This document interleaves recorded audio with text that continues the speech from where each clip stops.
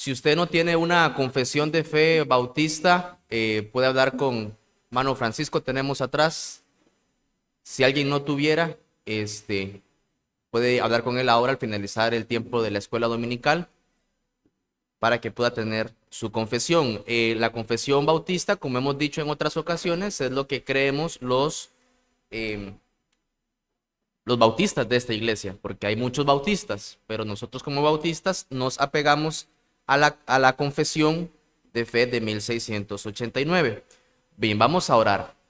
Nuestro buen Dios, te alabamos, Padre, y te damos gracias por este momento que tú nos concedes, poder reunirnos y ahora estudiar esto de la confesión de fe, Señor, el tema de la seguridad, de la gracia y de la salvación. Oh Dios, al final descansamos en la obra perfecta y preciosa de tu Hijo Jesucristo y no en la nuestra. Te alabamos, oh Padre, bendecimos, exaltamos tu nombre y suplicamos que solo tú seas reverenciado en este tiempo. En Cristo Jesús. Amén. De la seguridad, vamos a estar viendo ahora el tema de la seguridad, de la gracia y de la salvación. Hay algunas personas a las que les gusta viajar y a las que les encanta conocer distintos lugares, sea de otros países o sea aquí mismo en su propio país o en el país en el que se encuentren.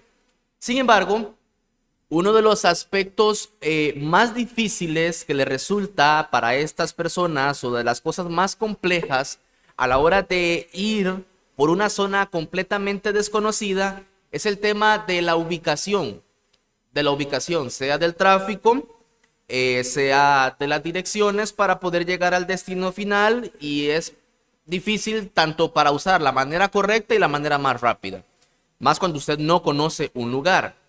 Es así como surge una famosa aplicación en el año 2006 llamada Waze, que tiene la intención o se caracteriza por brindar al usuario la condición de la carretera, las rutas alternas y así para poder llegar más rápido, y también se lo muestra a usted en tiempo real, ¿verdad? No obstante, en alguna que otra ocasión, usando el propio Waze, nos hemos topado con la particularidad que no hemos llegado al lugar correcto, ¿verdad? Y al final usted dice, es que Waze me mandó por este lugar. Entonces podemos concluir que al final Waze no es tan seguro como nosotros pensamos. Aunque es muy bueno y es útil, no es un 100% inerrante. No es que es infalible. Ahora, con respecto a la salvación, el cristiano verdadero ha emprendido un viaje hacia la ciudad celestial, como habla en el libro del Progreso del Peregrino John Bunyan. Cristiano emprende un viaje hacia la ciudad celestial. Y aunque en ocasiones, como cristianos, parezca que no estamos caminando en la dirección correcta, por la preciosa gracia de nuestro Dios, siempre, siempre, siempre, siempre, y sin lugar a dudas, llegaremos al destino correcto, de la manera correcta y en el tiempo correcto. Y al final, como dice el precioso himno, al final de la jornada, a los ángeles diré, Cristo mi camino guió. Él es mucho mejor que el Waze. Con él no vamos a decir es que aquí no era. Por él y por su gracia, vamos a llegar definitivamente al lugar de destino. Ahora, la gracia nos da esa seguridad. La gracia del Señor nos da la seguridad de que vamos a llegar al lugar correcto, en el tiempo correcto, en la forma correcta. Eso es lo que hace la gracia de Dios. Por otro lado, confiar en las obras va a hacer que no lleguemos al final. Vamos a llegar a otro lugar y a otro destino. Ahora, el tema principal del capítulo 18 de nuestra confesión no es sino las promesas de Dios. O sea, las promesas de Dios, y no solamente eso, las promesas de Dios son verdad, son verdad. Se centra en aclarar, la confesión anteriormente ha dicho que las promesas de Dios son verdad. Eso es cierto y amén por eso. Pero lo que nos dice el capítulo 18 es que esas promesas también son nuestras. También son nuestras. El Señor ha dado promesas. Todo aquel que en Él cree no se va a perder, va a tener vida eterna. El que en mí cree tiene tiene vida eterna. Y así sucesivamente. El capítulo entonces lo que nos dice es que hay una promesa y esa promesa es de uno si realmente ha entregado su vida al Señor Jesucristo. El tema es la seguridad de nuestras almas. Ahora, con respecto a la seguridad de la salvación, hay por lo menos dos errores. Hay al menos dos errores con respecto al tema de la salvación, de la seguridad eterna. El primer error se encuentra por parte de la Iglesia Católica Romana, que enseñaba que la seguridad de salvación solo podía venir mediante una revelación especial a cierto grupo de personas, a ciertos santos selectos, pero que era peligrosa para los cristianos ordinarios. La Iglesia Católica entonces estaba enseñando que sí, usted puede tener seguridad de salvación, pero tenía que ser un ángel prácticamente o la Virgen María o Jesucristo para darle alguna especie de revelación, y eso garantizaba que tenía salvación hasta el final de sus días. Pero dicen, pero esto no es bueno que todo el mundo lo sepa, porque si todos los miembros de la iglesia, todos los feligreses, de la Iglesia Católica se daban cuenta de esto, entonces muy posiblemente la gente iba a dejar de ir a la iglesia, iba a dejar de congregarse, iba a dejar de participar de todos los sacramentos que tiene la iglesia. Entonces eso no era como tan bueno para ellos, no era tan bueno enseñar esa seguridad. Ahora está el otro grupo y el otro error que corresponde a los protestantes antinomianos. ¿Y quiénes son esos protestantes antinomianos? Bueno, esos protestantes antinomianos son los que hacen, porque todavía hay al día de hoy, hacen unas pretensiones muy elevadas acerca de la seguridad de salvación sin la correspondiente santidad de vida. Lo voy a explicar de una manera más sencilla. Estuve hace mucho tiempo atrás en una iglesia que tenía este concepto, ¿verdad? ¿Y qué era lo que decía? Había una seguridad de salvación eterna, ¿verdad? O sea, un sello, decían ellos prácticamente, de salvación, en el que si usted hacía una oración, ¿verdad? Usted en un momento de su vida, usted le decía, bueno, ¿usted quiere ir al cielo? Sí, yo quiero ir al cielo. ¿Quién no quiere ir al cielo? Entonces usted levanta su mano, se le lleva aparte, se le habla una consejería, le dice, bueno, usted es un pecador, usted se va a ir al infierno, usted necesita recibir a Cristo en su corazón, que eso no está en ningún lado de la Biblia, pero si usted necesita recibir a Cristo en su corazón, haga esta oración y usted va a ser salvo, siempre salvo. Entonces esa persona, y yo fui uno de esos, que hizo la oración, oró y creyó que siempre iba a ser salvo, siempre iba a ser salvo. Ahora, hay un punto aquí que dice, mira, es que ya hiciste la oración, ya eres salvo, siempre salvo, aunque tengas una vida de pecado tal cual. Y conocí a un muchacho que, bueno, muchos muchachos que por lo general en la adolescencia hacen esa oración y después se van al mundo, viven de una manera libertina, pero los padres y tíos dicen, no, pero es que él es salvo ya. ¿Por qué? Porque ya hizo la oración, ya hizo la oración. Entonces, esa es una seguridad peligrosa y terrible. La Biblia no habla de esa seguridad. La Biblia habla más bien de que por los frutos se conoce el árbol. Entonces, ese es el tema de la seguridad que puede generar un peligro.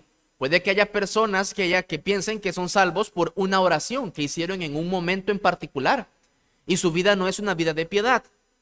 Yo hice esa oración al final y pasé mucho tiempo hasta que una vez en el colegio una compañera, el Señor la usó y esa compañera me dijo, es que vos no pareces cristiano.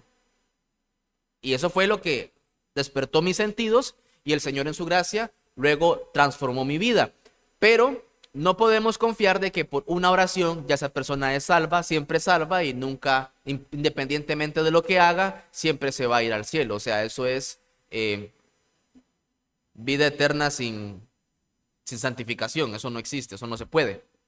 Ahora, la confesión nos dice que la seguridad es posible. El párrafo 1, vamos a leer el párrafo 1 de nuestra confesión. Ahorita habla de que el párrafo 1 lo que nos dice es que la seguridad de salvación es posible. Usted puede ser salvo y tener esa seguridad.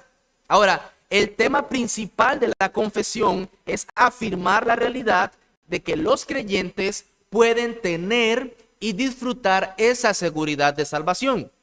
Porque usted y yo no podemos andar, si hemos nacido de nuevo, usted y yo no podemos andar en esa incertidumbre de que si soy o no soy salvo, soy o no soy salvo. Imagínense, ¿verdad? Nunca va a haber un gozo pleno, la plenitud de gozo nunca va a ser nuestra, nunca va a haber un cántico nuevo. Más bien vamos a andar con ese temor continuo, ¿verdad? Porque no sabemos. Ahora, eso es algo relativamente común que pasa en la persona que se está autoexaminando continuamente. En el libro Gracia Abundante, Misericordia para el más vil pecador, de John Bunyan, es bueno que lo lean. Es un libro que trata de la historia de John Bunyan, cómo estuvo él un año completo en el que él luchaba y él no tenía la certeza realmente de su salvación. Y a veces se veía que avanzaba y otras veces él veía que traía unos pensamientos y a veces se veía y ahí estaba en esa lucha hasta que él tuvo paz. Y bueno, vamos a hablar un poco de eso más adelante. Pero el párrafo 1 nos habla de que la seguridad de salvación sí es posible. Pero hay unos temas ahí interesantes en el párrafo 1. Dice así: aunque, en la confesión, párrafo 1, capítulo 18, aunque los creyentes que lo son por un tiempo y otras personas no regeneradas vanamente se engañen a sí mismos con esperanzas falsas y presunciones carnales de que cuentan con el favor de Dios y que están en estado de salvación, entre paréntesis dice, pero la esperanza de ellos perecerá. Los que creen verdaderamente en el Señor Jesús y le aman con sinceridad, esforzándose por andar con toda sinceridad delante de Él, pueden en esta vida estar absolutamente seguros de hallarse en el estado de gracia y pueden regocijarse en la esperanza de la gloria de Dios, y tal esperanza nunca les avergonzará. Bueno, la confesión nos dice de que sí hay una seguridad y sí es posible, pero comienza con una aparente concesión, y es la palabra aunque. Al puro principio del párrafo dice aunque. Y uno dice, bueno, ¿cuál es el tema aquí? ¿Verdad? ¿Cuál es el tema aquí? Y es que el primer verso, por decirlo de alguna forma, dice de que hay unas personas, dice, hay unos creyentes que son creyentes por un tiempo. Y uno dice, ¿cómo es eso posible? Bueno, así es el corazón de engañoso y perverso, que podemos creer por un tiempo y no necesariamente creímos de verdad. ¿Usted le ha pasado que usted ha comprado algún producto que se lo han recomendado, que le han dicho que es buenísimo para X enfermedad o X mal, y usted empieza a tomárselo y le dicen a uno, pero tómeselo con fe, le dicen a uno, ¿verdad? Y usted se lo empieza a tomar, ¿verdad? Y al principio cree como que sí le va a funcionar, pero después le deja de funcionar. Entonces usted se volvió un creyente temporal. Cuando ya vio que no le funcionó, dejó eso a un lado. Y ahora, esto pasa con la fe de algunos. Es una fe, y tristemente es una fe temporal. Normalmente cuando vienen las pruebas, cuando vienen las aflicciones, cuando vienen las calamidades, esa fe se tambalea, esa fe se quiebra. Es más, no solamente cuando vienen las pruebas, cuando vienen las tentaciones también, esa fe se quiebra porque era una fe temporal. De hecho, Cristo de eso es lo que habla en la parábola del sembrador. ¿Recuerdan? Que cae semilla, ¿verdad? El sembrador salió a sembrar y cayó semilla en diferentes tipos de terrenos y hasta la semilla germinó. Y usted dice, pero la semilla germinó. Sí, germinó, ¿verdad? Y no tenía suficiente suelo, no tenía tierra buena, y vinieron las pruebas, vinieron las tentaciones, etcétera, y no duró. Ahora, el peligro de esta posibilidad de la seguridad de salvación. Ok, hay un peligro en el verso 1. Los hombres no regenerados pueden engañarse a sí mismos con falsas esperanzas. Los hombres y mujeres no regenerados se pueden estar engañando a sí mismos con falsas esperanzas, creyendo que son cristianos y no lo son. Por eso la confesión dice creyentes por un tiempo, cristianos por un tiempo. Ese tiempo fue el tiempo en el que se estuvieron engañando a sí mismos. Y ahora esto puede ser terrible, esto puede ser hasta el propio día de la muerte, inclusive, hasta el propio día. Otra vez, en el libro del Progreso del Peregrino se ve que cruza Cristiano y cruza su compañero Esperanza, cruzan el lago, ¿verdad? Para llegar a la ciudad celestial. Si no lo ha leído, sería bueno que lo lea para que entienda un poco lo que estoy hablando, pero cuando él cruza, llega y cruza al final, encuentra la ciudad celestial y le dice, bien, buen siervo y fiel, entra. Pero había otro, perdón, no es la Biblia, es un libro en particular, habla acerca del viaje de un cristiano. Ahora, esta historia, porque es una historia, una analogía, por decirlo de alguna forma, este libro, el escritor cuenta, dice, hay dos personas que cruzan, llegan a la ciudad celestial, dice, entren, pero hay otro que más bien entra con un barco y cruza muy naturalmente, ¿verdad? Y cuando llega a la ciudad celestial para que vaya a entrar, le dicen, no te conozco, tú no eres de acá, pero, y bueno, vamos a ver más cosas adelante, pero estuvimos y escuchamos e hicimos, ¿verdad? Y al final no los conocí, dice el Señor. Puede haber hipócritas y creyentes temporales que presuntuosamente creen ser cristianos. Vamos a la Biblia, ahora sí a Mateo capítulo 7. Son pasajes muy conocidos, pero que tenemos que analizarlos con la debida seriedad que esto involucra. Mateo capítulo 7.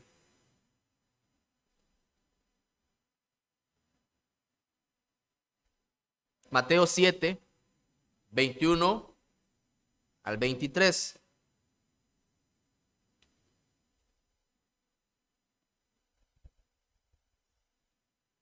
Dice así. Mateo 7, 21 y 23. No todo el que me dice, Señor, Señor, entrará en el reino de los cielos, sino el que hace la voluntad de mi Padre que está en los cielos. Muchos me dirán en aquel día, Señor, Señor, ¿no profetizamos en tu nombre? Note, y dice, y en tu nombre echamos fuera demonios, y en tu nombre hicimos muchos milagros. Y entonces les declararé, nunca os conocí, apartaos de mí, hacedores de maldad. Entonces, la confesión nos habla de que hay personas que están seguros de su salvación, pero su salvación en realidad es una salvación falsa, porque están confiando en sus propias obras, ¿verdad? Y están descansando en sus propias responsabilidades y creen que van al cielo porque sirven en la iglesia, porque están enseñando, porque están involucrados, porque están interesados, ¿verdad? Entonces, eso es una alerta muy importante, mis amados, en la que tenemos que hacer una observación cuidadosa, decir, bueno, Señor, guarda mi corazón de ser tan engañoso y tan perverso. Guarda mi mente, guarda mi vida, porque puedo ser de estos que dice al final el Señor dice, nunca les conocí, apártense de mí, hacedores de maldad. Ahora, vamos a Lucas el capítulo 13.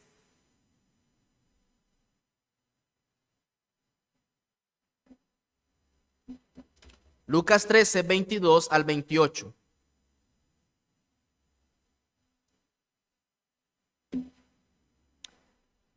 Lucas 13, 22 al 28. Dice así, pasaba Jesús por ciudades y aldeas, enseñando y encaminándose a Jerusalén. Y alguien le dijo, Señor, ¿son pocos los que se salvan?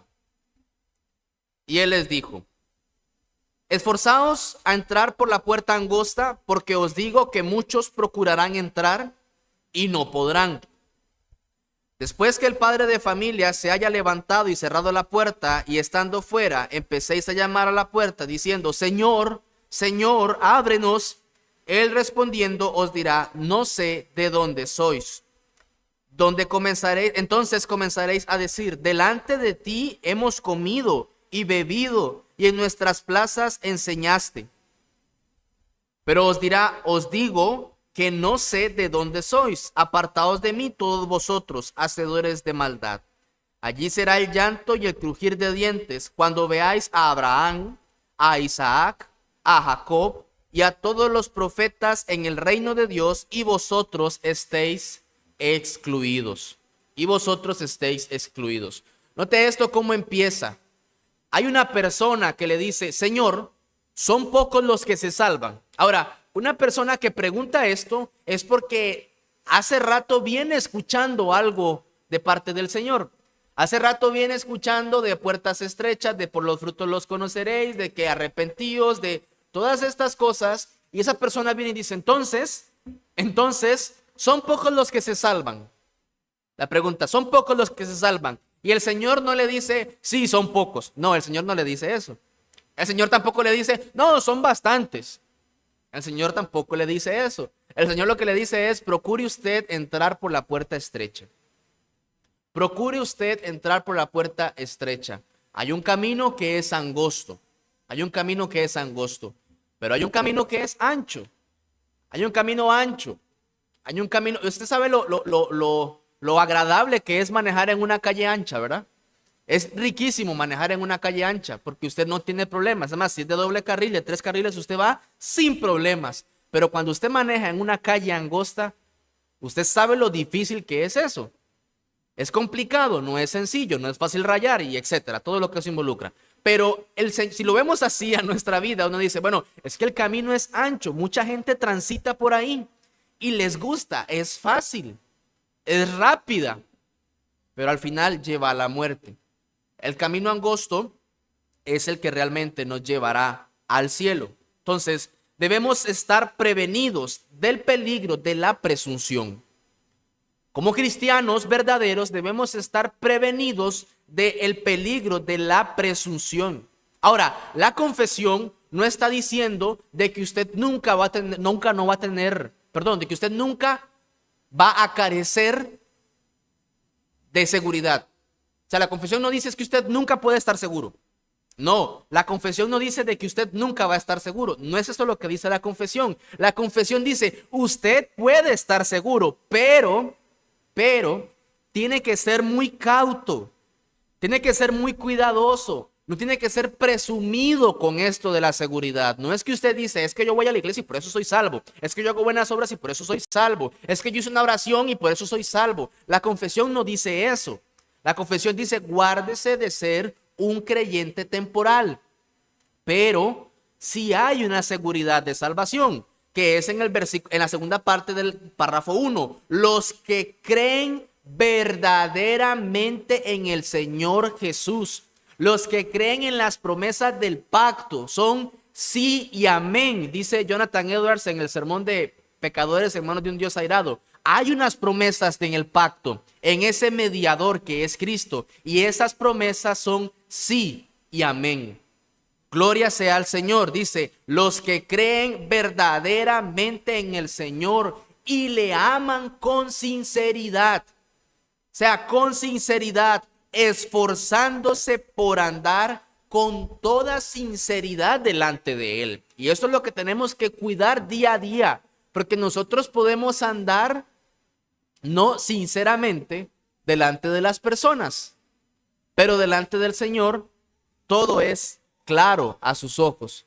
Por eso tenemos que andar sinceramente delante de Él. Esa expresión sincera, recuerda esa expresión sincera, se refería a ¿cómo se llama? A estos adornos o trabajos en esculturas, lo que sea, que no tiene realmente oro, no era todo hecho de una sola pieza, entonces le ponían cera para poder hacer la figura más barata, más económica y que se viera exactamente igual así como usted la está pidiendo y como usted la está pagando, ¿verdad? Entonces cuando usted llegaba al mercado y decía, pero es que yo quiero esa pieza sincera.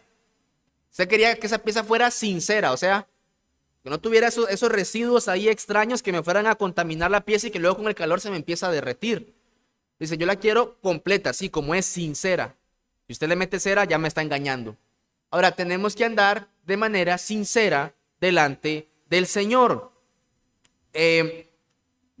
Ahora, aunque tenemos que ser cautos y cuidadosos con la salvación, ¿verdad? Con el tema de la seguridad de salvación, no deberíamos ser escépticos, ¿verdad? ¿A qué me refiero con esto? Es que usted siempre ande con, como le dije al principio, que usted siempre ande con miedo de que, bueno, es que yo no sé si voy a ser salvo, no estoy seguro si soy salvo. ¿Cuánto tiene? Tengo como 15 años de caminar en la fe del Señor, ¿verdad? De buscar al Señor, pero todavía yo no estoy seguro si soy salvo. Le preguntaron a un hombre, ¿usted es creyente? Y él dijo, no, yo soy dudante, porque no estaba seguro, ¿verdad? De su salvación. Ahora, la confesión nos dice, sí se puede tener esa seguridad, sí podemos tener esa seguridad. No debemos, o sea, no debemos negar la posibilidad de la seguridad de salvación. Vamos a Primera de Juan, el capítulo 2.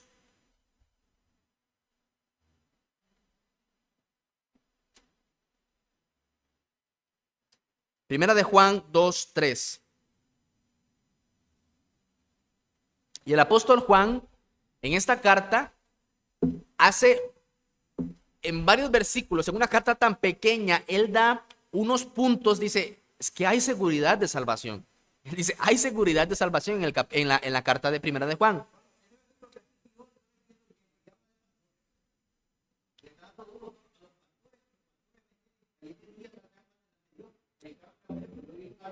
Eso sí, pero aplica para todos en realidad. Toda aquella persona que confía en sus obras y que cree que por eso va a ir al cielo, el Señor les va a decir, nunca te conocí.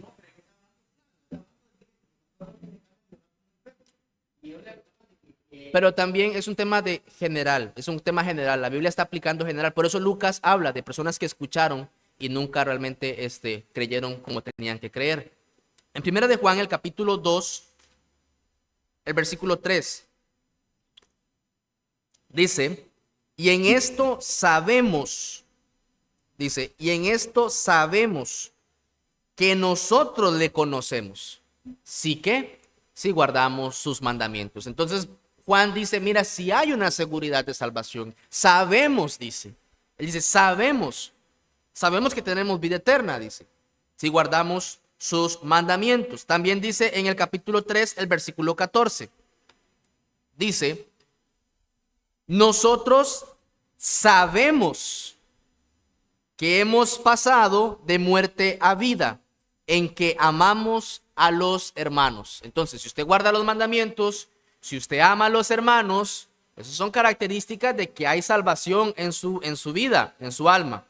Versículo 19 dice, y en esto, del mismo capítulo 3, y en esto conocemos, dice, conocemos que somos de la verdad y aseguraremos nuestros corazones delante de él. Eso es de que amamos no de lengua, sino de hecho, en el versículo 18 anterior. En el versículo 24 dice, y el que guarda sus mandamientos permanece en Dios y Dios en él.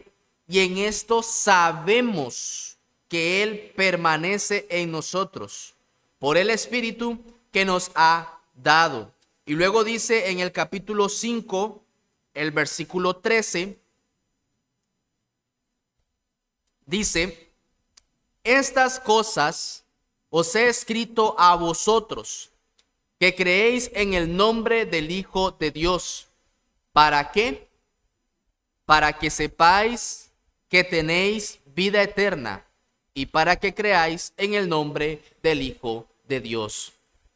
Hay una serie de evidencias, hay una serie de marcas ahí distintivas. Guarda los mandamientos, ama a los hermanos, cree en el Hijo de Dios.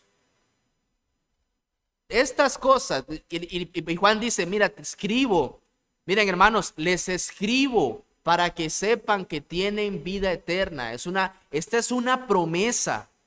Es que esto tenemos que verlo como una promesa del Señor. El que cree en mí tiene vida eterna.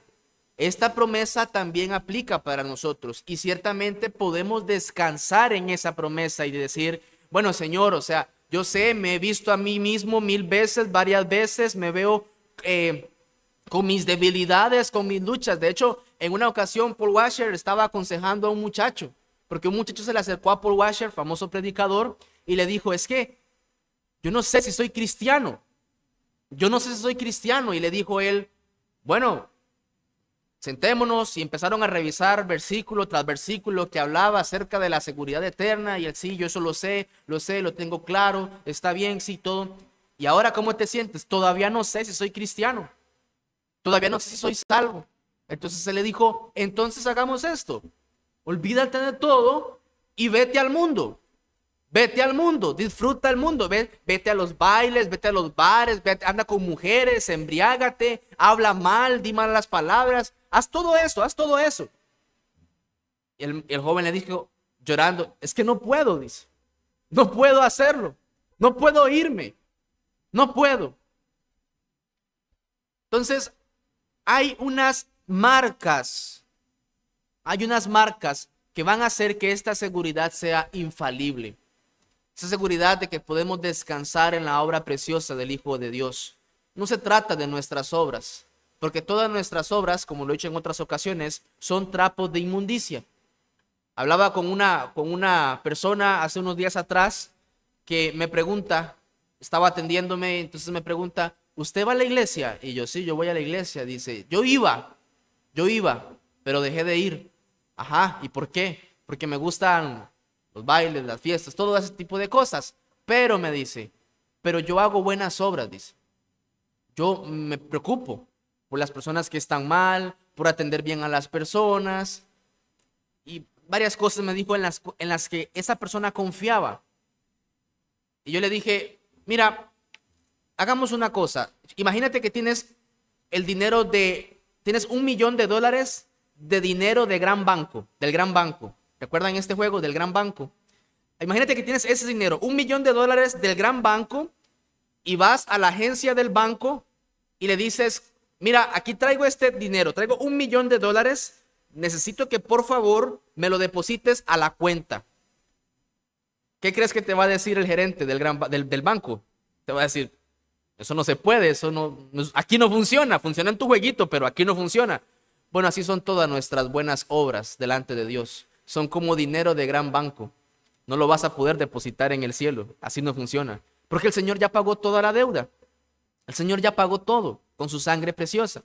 Otro ejemplo es como que tú invites a una persona a comer, o que te inviten. Imagina que nos inviten a un almuerzo en un lugar muy, muy costoso que nosotros jamás pudiéramos pagar. Y usted le dicen, pida lo que quiera. Y usted pide el plato más caro, con la bebida más costosa, y pide postre. Y al final viene la persona que le invitó y le dice, yo voy a pagar la cuenta, no te preocupes. Y usted le dice, bueno, mira, toma, te voy a dar estos 1,000 colones para que te ayudes con la deuda. Eso sería una ofensa. Es decir, ¿cómo me vas a dar 1,000 colones después de que te he invitado a una gran cena? Eso se lo damos a otra persona, pero no aquí, no aquí. Bueno, básicamente eso es lo que hace una persona cuando quiere entrar al cielo y decirle al Señor, mira, Señor, toma estos 1,000 colones, ya pagaste la obra, ya pagaste con la sangre de Cristo, toma 1,000 colones para ayudarte con el gasto. No se puede, es absurdo, es hasta ofensivo.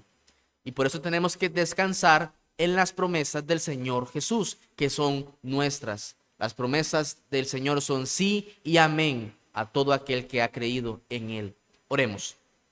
Nuestro buen Dios, te alabamos, Padre, y damos gracias por la obra preciosa de Cristo. Descansamos en Él, en el unigénito que tú enviaste, ese Cordero de Dios sin pecado que quita el pecado del mundo. Padre, ayúdanos a descansar y tener esa certeza de salvación que solo se encuentra en Cristo Jesús. Oramos estas cosas y damos gracias. Amén. Quedamos con el receso. A las 10:30 estaremos dando inicio a nuestro tiempo de culto. El Señor les bendiga.